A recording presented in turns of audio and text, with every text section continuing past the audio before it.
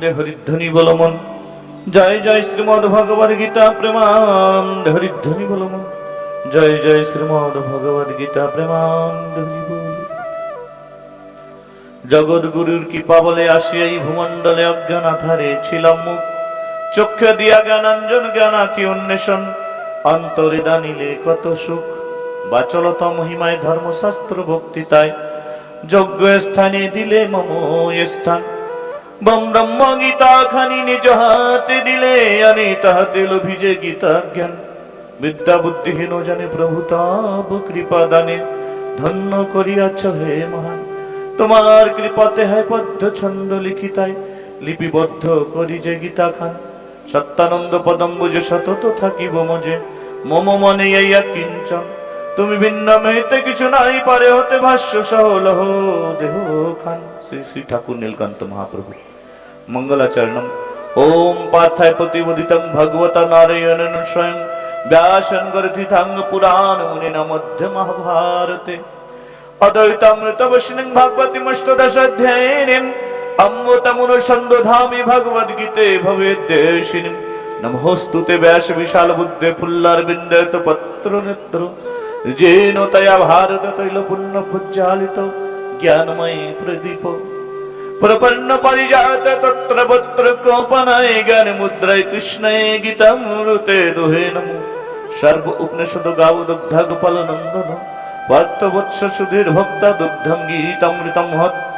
বসুদেব সুতং দেবং কংস চানুর্মলদনম, দেবকী পরমানন্দম কৃষ্ণম বন্দে জগদ্গুরুম। ভীষ্মদ্রোণ তটা যদ্ধত জলাগন্ধার নীলোৎপলা, শল্যগ্রভূতি বাহিনী কর্ণের বিলাকুলা। অশ্বত্থামা বিকর্ণ ঘোর্ম করা দুর্যোধনবর্তিনী, শত্রুনু খলু পাণ্ডবৈরননদি কৈবর্তক কেশব। পারাসজ্জবচ সরোজ মমলঙ্গিতার্থ গন্ধৎকটং, নানাখ্যানাকেশরং হরিকথা সম্বোধনা বোধিতং।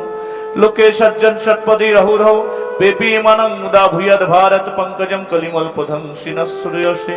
মুখম করোতি বাচালং পঙ্গুম লঙ্ঘয়তে গিরিম, যৎকৃপাতমহং বন্দে পরমানন্দ মাধবম। জং ব্রহ্মা বরুণেন্দ্র রুদ্র মरुता स्तुवन्ते दिव्यस्तवे, बेवरद संपदक्रम उपनिषद् गायन्ति जं समगम। ध्यानावस्थित्य तद्गतेन मनसा पश्यन्ति जं योगिनो, यस्यन्तं न विदुषुरासुरगणाय देवै तस्मै नमः। अपि चेत् दुराचार भजन्ते मामन्यभाक्, साधुरेव समन्तव्य सम्मगव्यवसित हि सः। শ্রীমদ্ ভগবদ গীতায় ভগবান শ্রীকৃষ্ণ অর্জুনকে বলছেন যে, হে অর্জুন, অপিচে দুরাচার ভজন্ত মামান্য ভাগ, মানে অতি দুরাচারী ব্যক্তিও যদি একাগ্র চিত্তে আমার শরণাপন্ন হয়, সাধুরেব সা, মানে তাকে সাধু বলিয়া জানিবে।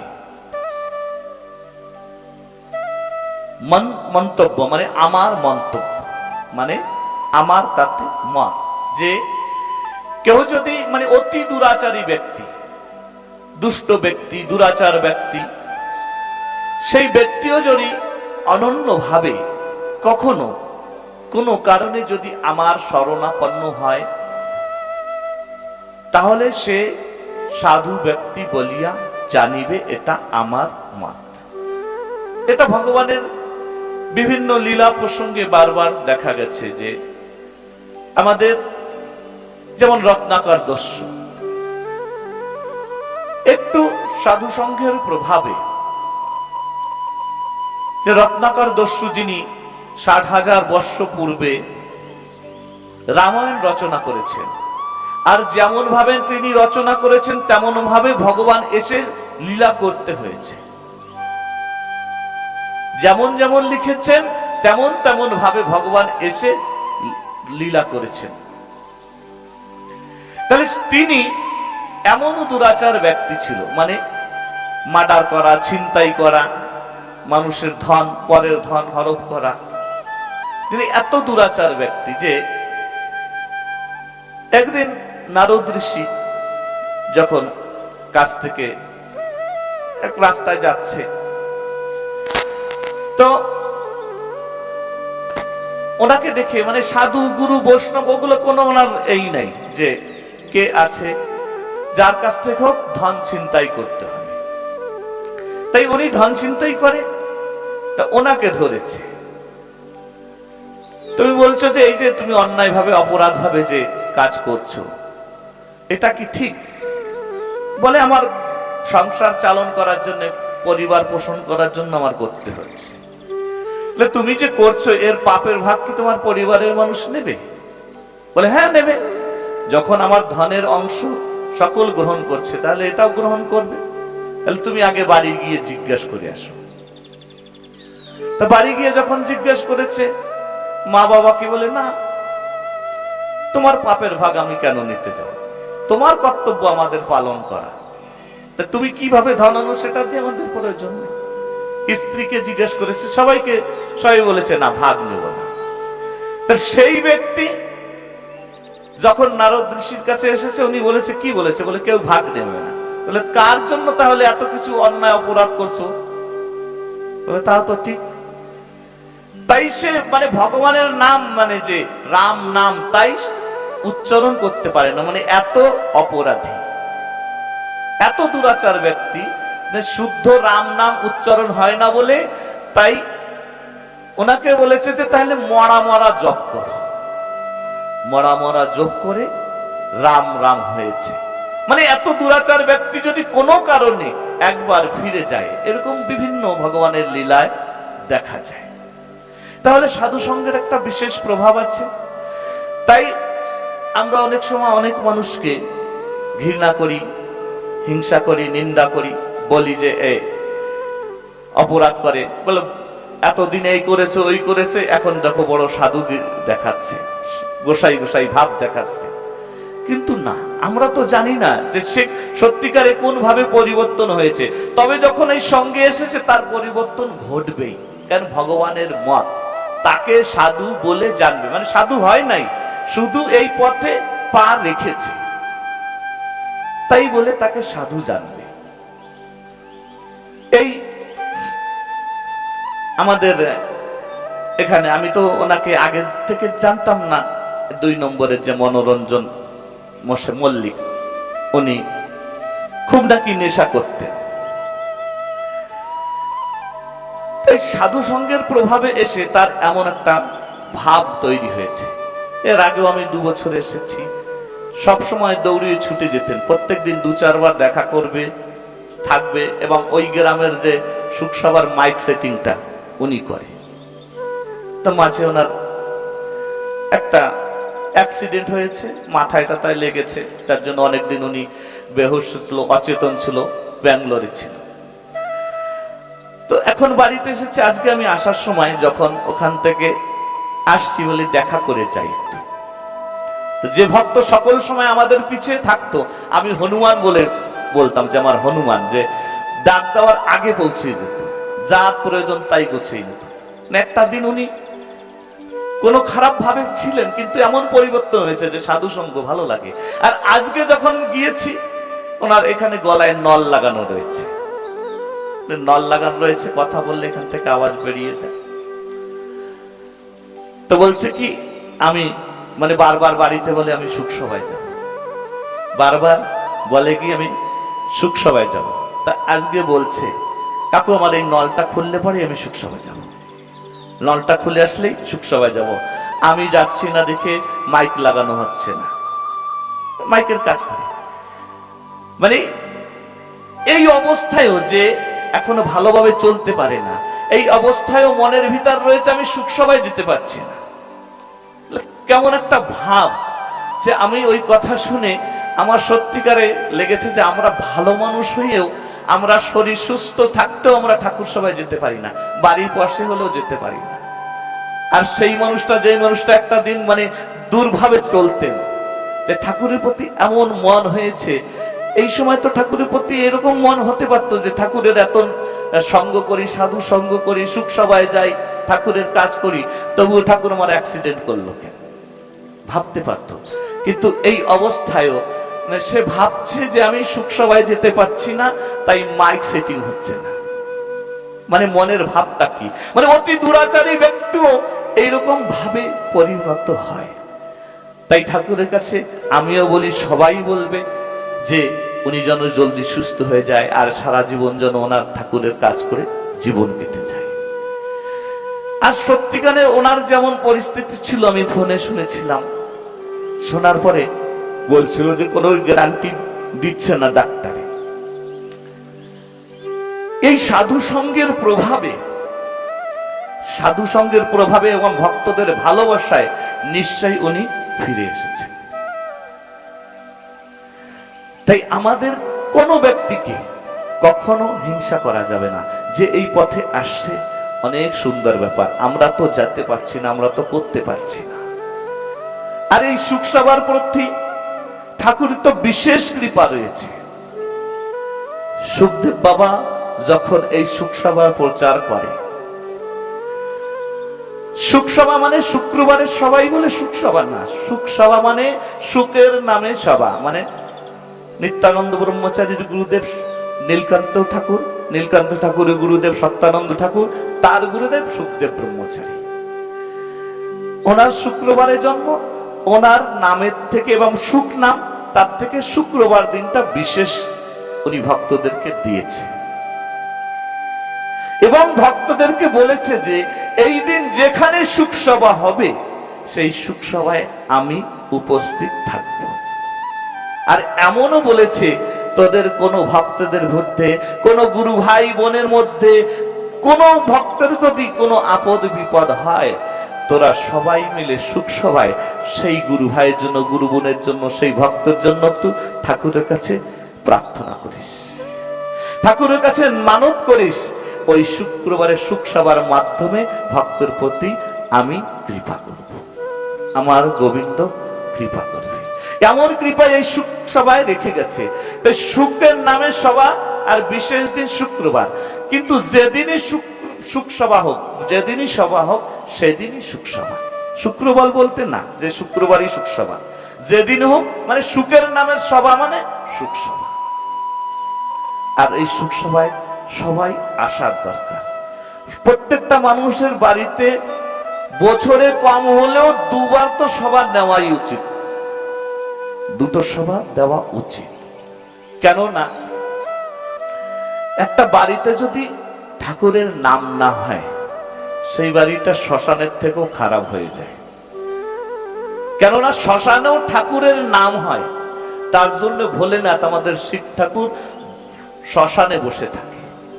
কেন শ্মশানে সবাই যখন মানুষ মারা যায় নিয়ে যায়, বলে না হরি বল হরি বল, রাম নাম সত্য, হরি নাম সত্য, এইভাবে বলতে বলতে নিয়ে যায় না। আর মন খোলা ভাবে ওই সময় ভগবানের নাম করতে করতে যায় ভক্তরা। কেন তখন যত দুরাচার ব্যক্তি হোক, যেমন ফল ব্যক্তি হোক না কেন, সেও বলে না রে এই জগৎটা মিথ্যা। যখন মরা নিয়ে যায় শ্মশানে, মরা দেহ নিয়ে যায়, বলে কি জগৎটা মিথ্যা, না আমাদের সবার একদিন যেতে হবে, এমন একটা ভাব উদয় হয়, মানে সত্য ভাবে। তাই ভোলেনাথ ওই শ্মশানে বসে থাকে, যে শ্মশানে ঠাকুরের নাম হয়। আর সত্যি সৎ ভাবে, মন খোলা ভাবে মানুষ হরির নাম করে শ্মশানে বসে। আরো কি সব থেকে প্রিয় ভক্ত হচ্ছে ভোলেনাথ আমার ঠাকুরের, প্রধান বৈষ্ণব, বৈষ্ণবঞ্চ অগ্রগণ্যম রুদ্র, মানে শিবের থেকে বড় বৈষ্ণব এই বিশ্ব ব্রহ্মাণ্ডে আর কেউ নাই। তাহলে সেই শিব ঠাকুর ওই শ্মশানে বসে থাকে এবং ভস্ম মাখে। কেন? যে এই যে মরা দেহটার কত সৌভাগ্য, যে এই মরা দেহে যতক্ষণ পর্যন্ত এই শ্মশানে এসেছে শুধু হরির নাম শুনেছে, এর দেহটা কত পবিত্র দেহ, কত নাম শ্রবণ করেছে, তাই এর ছাইয়ের মধ্যেও ভগবানের নাম মিশ্রণ। তাই ওই ছাই ভস্ম মাখে, যে আমার এই ছাইয়ের মধ্যেও আমার ঠাকুরের নাম রয়েছে। তাহলে যে বাড়িতে ঠাকুরের নাম না হয়, সে বাড়িটা শ্মশানের থেকেও খারাপ হয়ে যায়। কেন? আমরা যে চলাফেরা করি, আমাদের যে নেগেটিভ এনার্জি আছে, নেগেটিভ ভাব, এইগুলো আমাদের যে পরিবার বা আমাদের বাড়িতে প্রভাব করে, ধনের প্রভাব করে। যে ধনগুলো আনি, সেই ধনের একটা আমাদের পরিবারে প্রভাব করে। এর জন্য পরিবারে যে ধন আনি, কামাই করে আনি, সে ছল করে আনছে না ডাকাতি করে আনছে, কোনো ঠিক নেই। আমরা জানি না। তাই ধনের প্রভাব থেকে পিতামহ বিশ্ব পর্যন্ত বাঁচতে পারিনি। এর জন্য আমাদের ধনের প্রভাবে বাড়িতে নাম না হওয়াতে আমাদের যে দুশ্চিন্তা দুর্ভাবনা থাকে, এগুলো নেগেটিভ এনার্জি আমাদের পরিবারে, আমাদের ঘর বাড়িতে এটা প্রভাব করে থাকে। যেমন যদি এইখানটায় আগুন ধরানো হয়, তাই ধোঁয়া ওড়ে না? তা ধোঁয়া ওড়ে এই আশেপাশেই কিন্তু লেগে যায়, যে কালিটা আশপাশে প্রভাব করে। কোনো ঘরের মধ্যে যদি আগুন জ্বলা হয়, তাহলে ওই কালিটা আশেপাশে প্রভাব করে থাকে, লেগে থাকে, আস্তে আস্তে আস্তে আস্তে ওটা কালো হয়ে যায়। তা না হলে পরে একবার রং করলে আবার বছরে বছর রং করা লাগে নাকি? তাই এমন একটা যে যদি আগুন জ্বলা হয়, ওই আগুনের প্রভাবে এইখানে আগুন জ্বলানো হবে, এই আশেপাশের যে বৃক্ষগুলো গাছগুলো আছে এর তাপের প্রভাবে এইখানটা মানে নষ্ট হবে, এর প্রভাব পড়বে। তেমন আমাদের পরিবারে চলতে চলতে আমাদের নেগেটিভ এনার্জি গুলো আমাদের পরিবারে প্রভাব করে থাকে ঘর বাড়িতে। তো যদি বছরে একবার দুবার বাড়িতে ঠাকুরের নাম দেওয়া হয়, তাহলে ঠাকুরের নামের প্রভাবে সেই নেগেটিভ এনার্জি গুলো নষ্ট হয়ে যায়, কেটে যায়। এর জন্য হরি ঠাকুর হরি নাম উচ্চস্বরে হরি নাম করতেন, ডাঙ্কা বাজাতেন, মানে ডাঙ্কার প্রভাবে যে এই দূরে দূরে মানে যত অপভাব অপপ্রভাব অপ আত্মার এই সবগুলো দূরে চলে যাবে। যার জন্য ঠাকুরের নাম প্রত্যেকটা পরিবারে করার দরকার। আমাদের একটা এই বিশেষ ভাবার চিন্তার ব্যাপার। কেন? আমাদের ঠাকুরের আরেকটা বিশেষ কৃপা রয়েছে সুখ সবার ফলে। এক ভক্ত পাখানজরে এক ভক্ত, ওনার নাম হচ্ছে নগেন মিস্ত্রি। উনি যখন নীলকান্ত ঠাকুরের কাছ থেকে উনি দীক্ষা নিয়েছে, তো গুরুদেবরা যখন দীক্ষা দেয় তখন কিছু নিয়ম নীতি আমাদের ভক্তদেরকে বলে যে এইভাবে চলবে, এইভাবে চলবে, এইভাবে চলবে, এগুলো বলে। তো হয়তো সব ভক্ত সব কথা গুরুদেবের মেনে নিয়ে চলতে পারে না, তবে কিছুটা তো চলা যায়। তো ঠাকুর তখন বলেছে যে বাবা যা বলেছি এর থেকে কিছু জিনিস তো তুই মন নিষ্ঠা ভাবে পালন করিস। তো উনি মনে মনে ভেবেছে যে আমি গুরুদেবের সব কথা তো পালতে পারবো না, তবে কোনটা পালা যায়। বলেছে যে যখন কালেকশনে আসবে কেউ আশ্রমের থেকে, পাখানজরে আশ্রমের জন্য কালেকশনে আসবে কোনো স্বামীজি কোনো সাধু কেউ আসলে পরে তার সঙ্গে কালেকশন করে দিস বাবা। তো বলছে এটা পারা যায়, বছরে একদিন দুদিনের ব্যাপার, তো এটা পারা যাবে। আর কি সুখ সবাই যাস, বলে এটাও পারা যায়, সপ্তাহে একটা দিন। তো উনি গান বাজনা কিছু জানতেন না, বলে উনি গিয়ে বসে থাকতেন, শ্রবণ করতেন না, গান জানতেন না বাজনা জানতেন, তবে বসে থাকতেন। গুরুদেবের এই দুইটা কথা উনি মেনে নিয়ে সারা জন্ম চলেছে। কেন? কালেকশনের প্রভাবটার উপরে ঠাকুর কি বলেছে যে এই যে আমরা কালেকশন করি না, বা আমরা ভিক্ষা করি, এই ভিক্ষার কারণটা কি? একদিন ঠাকুর সত্যানন্দ পরমহংসদেব উনি পাখানজর আশ্রমে রয়েছে, ওনার এক ভক্ত আর নীলকান্ত ঠাকুরের এক ভক্ত, দুজন কালেকশনে গেছে। মানে তারা দুজনই সন্ন্যাসী, মানে প্রথম জীবনে আশ্রমে এসেছে, তখন কালেকশন করতে গেছে। তখন তো খুব গরিব ছিল। সত্যানন্দ পরমহংসদেব 1974 সালে এই লীলা সেরে চলে গেছে, দেহ ছেড়ে। তার পূর্বের কথা, তখন কেমন গরিব ছিল, সব জায়গায় পুনর্বাসন কালে নেই। তো ওই ভিক্ষা করতে গেলে এখন যদি সুস্থ সবল শরীর, মানে 20-25 বছর এগুলো করা। তাই আমি কি করি জানিস? ওই ভক্তদের দ্বারে দ্বারে থেকে জোর করে এক এক মুঠ চাল বা 2টি টাকা যখন এনে এই যে মহাযজ্ঞ হয়, এই যজ্ঞে কত সাধু, কত বৈষ্ণব, কত মহাত্মারা, কত দেবতারা, ঋষিরা বিভিন্ন প্রকারে বিভিন্ন রূপ ধারণ করে এখানে আসে। তাই ওই ভক্তদের আনা ধন যখন এইখানে ব্যবহার করা হয়, এই যজ্ঞে লাগানো হয়, ওর থেকে এক দানা যখন কোনো ভক্তের উদরে যায়, কোনো সাধু ঋষির উদরে যায়, সেই সাধু ঋষিরা জানিস কোনদিন তারা এমনি এমনি গ্রহণ করে না, ভক্ত কল্যাণ কামনা করে। যে অন্নটা যার উদরে যাবে সেই অন্নের ব্যক্তিকে সে আর আশীর্বাদ করে যায়। তাই ওই যজ্ঞের থেকে যখন ওই অন্ন ভক্তরা মানে সাধুরা বৈষ্ণবরা সেবা করে, তাতে ওই যে ভক্তের এক মুঠ চাল দিয়ে তো বাবা ওরা বৈষ্ণব সেবা করাতে পারবে না।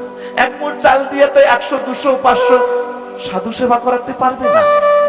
কিন্তু ওর এক মুঠ চালে হাজার হাজার বৈষ্ণব সেবা হয়ে যাচ্ছে। আর আমি এর জন্য এসেছি ভক্ত কল্যাণ করার জন্য আমি এসেছি। আর নাই তো কোনো এক জায়গায় বসে থাকলে জানিস বাবা সোনার মন্দির হয়ে যেত। কিন্তু আমি তার জন্য আসি নাই। কত মানুষ গরিব দুঃখী তাপি আছে, তাদের কল্যাণ করার জন্য। যে গাড্ডার মধ্যে পড়ে রয়েছে, যে গাড্ডায় পড়ে রয়েছে, এখন তাকে যদি আমরা বলি বাবা, ঠাকুরকে বলতেন যে ঠাকুর যাকে তাকে দীক্ষা দেন, যে সূচি অসুচি কিছু দেখেন না, তারা আহার বিহার ত্যাগ করে নেই, তাদেরকে দীক্ষা দেন।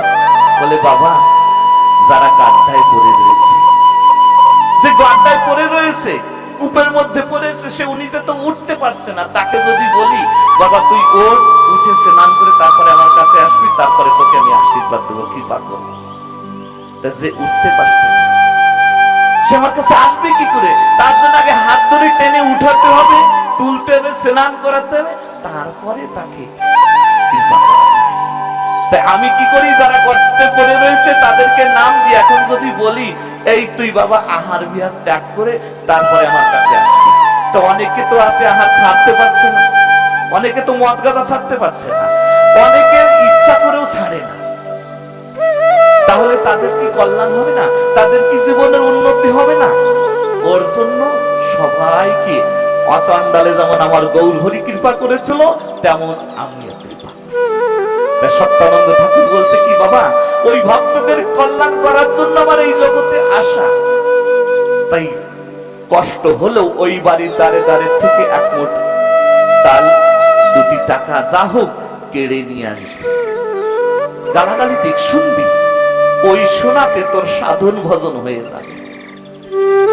ওই দেশে তুই আমার জন্য আর এই ভক্ত কল্যাণ করার জন্য যে 2টি বেশি কথা শুনলি, তাতে তোর সাধন ভজন হয়ে যাবে।